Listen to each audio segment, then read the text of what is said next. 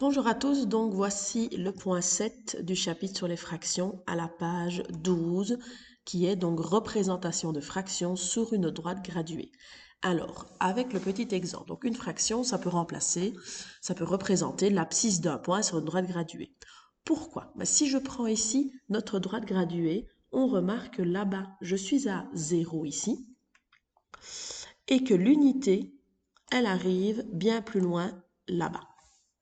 Alors, ce qui signifie que de 0 jusqu'à l'unité, je peux compter le nombre de bouts dans lesquels j'ai divisé l'unité. Donc, j'ai 1, 2, 3, 4, 5, 6, 7, 8 bouts.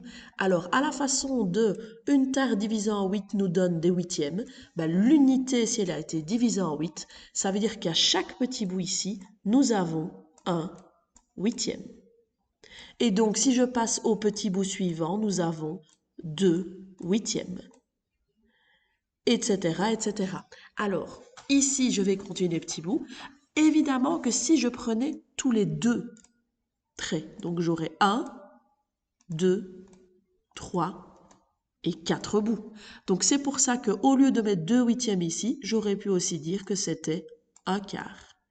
Et que ce point-là, où j'ai le point A, au choix, soit c'est 1, 2, 3, 4, 5, 6 huitièmes, comme il est noté ici, soit je peux aussi noter que c'est 3 quarts. Donc là, l'important c'est quoi? C'est de repérer en combien de parts a été divisée l'unité. Donc l'unité est divisée en 8 parts. Le point A se situe à 6 parts du point 0. Ce qui signifie que l'abscisse de A, c'est 6 parts sur 8, donc 6 huitièmes. Et il faut toujours simplifier une fraction, donc ça fait 3 quarts. Donc en gros, ce qu'il faut comprendre ici dans les petites barres ici de droite graduée. Vous avez une droite graduée ici. Voilà. Si je mets le point 0 là-bas, et puis que je fais 3 petits bouts avant de mettre l'unité. Ça signifie aussi qu'à chaque petit 3 bouts, il y aura une autre unité. Et pareil, dans les nombres négatifs, je fais 3 bouts, 3 petits traits, et j'aurai le moins 1. Ça signifie quoi? Ça va signifier que ici, si j'ai divisé en 3, ça veut dire que chaque petite partie vaut 1 tiers. Et puis ceci, on arrive à 2 tiers. Et en toute logique, à une unité, on arrive à 3 tiers. Au-dessus de l'unité, nous sommes à 4 tiers, 5 tiers. Et quand nous sommes à 2 unités, on arrive à 6 tiers. Alors, petite question en plus. Si je vous proposais, donc pop, pop, là-bas, j'aurais l'unité 3. Ça serait combien de tiers, évidemment? J'espère que vous avez compris là-bas. Si ceci, c'est une unité, c'est 3 tiers. Ici, c'est 6 tiers. Évidemment que 3 unités, je continue la table de 3, ça sera 9 tiers. Et si je veux le tiers qui est juste en dessous là-bas, j'aurais pu, au lieu de compter de 0 et compter 1, 2, 3, 4, 5, 6, 7 et 8 tiers, je peux aussi me dire que je suis 1 tiers avant 3 unités. 3 unités, vous devez savoir que c'est 9 tiers. Et donc là-bas, on se situe à 8 tiers. Alors, dans les négatifs, c'est exactement pareil.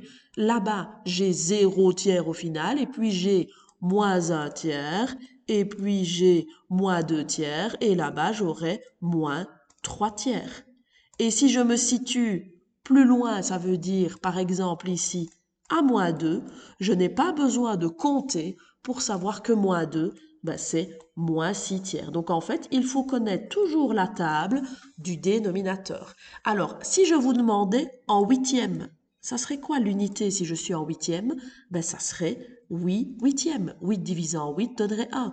Qu'est-ce que ça serait l'unité si j'étais 2 unités si j'étais en huitième? Ça ferait 16 huitièmes, etc., etc. Donc ça, il faut connaître les dénominateurs et les unités, ça signifie, n'oubliez pas qu'une fraction c'est une division, 8 divisé en 8 donnerait l'unité, 16 divisé en 8 donnerait 2. Si je suis dans ce cas-ci, je mettrai moins 16 huitièmes. Et donc, question, si jamais dans un exercice, je vous demande quelle est la valeur du juste le petit huitième avant le moins 2. Ben, vous savez que si ça c'est moins 16 huitièmes, ben, c'est que celui-là c'est juste avant, donc ça serait en tout cas si j'avais divisé en 8, moins 15 huitièmes. Et donc on peut fonctionner comme ça, mais bien comprendre que l'unité, ben, c'est la fraction avec le numérateur qui est égal au dénominateur, et puis là, le numérateur est le double du dénominateur. Pour 3 unités, le numérateur est le triple du dénominateur.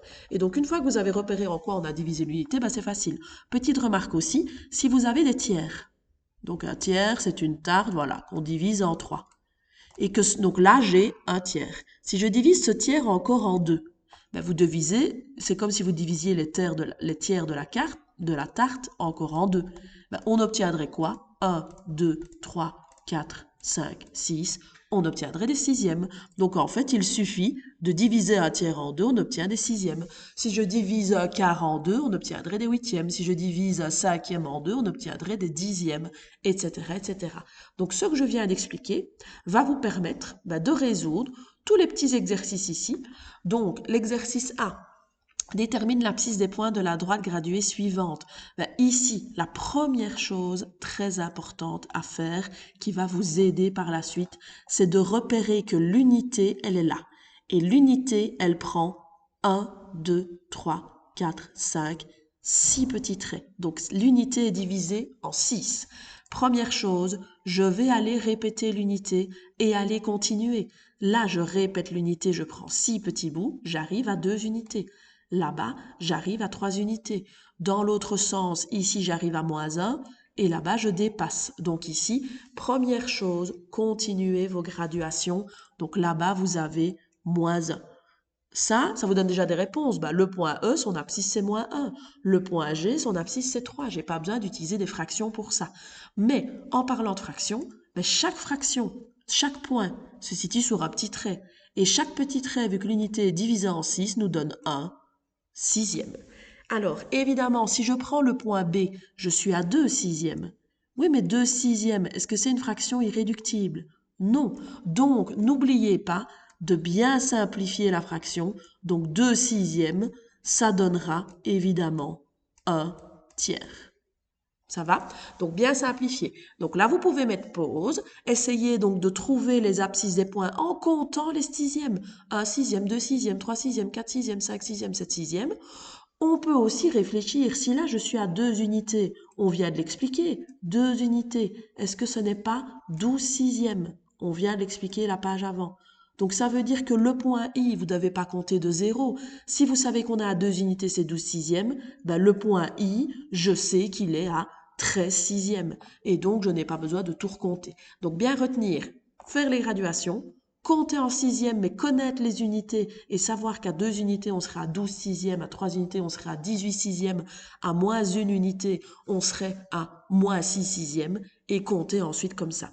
Alors, vous pouvez mettre pause et quand vous essayez de faire l'exercice et maintenant, je vais vous afficher le correctif. Donc, mettez pause, essayez tout seul.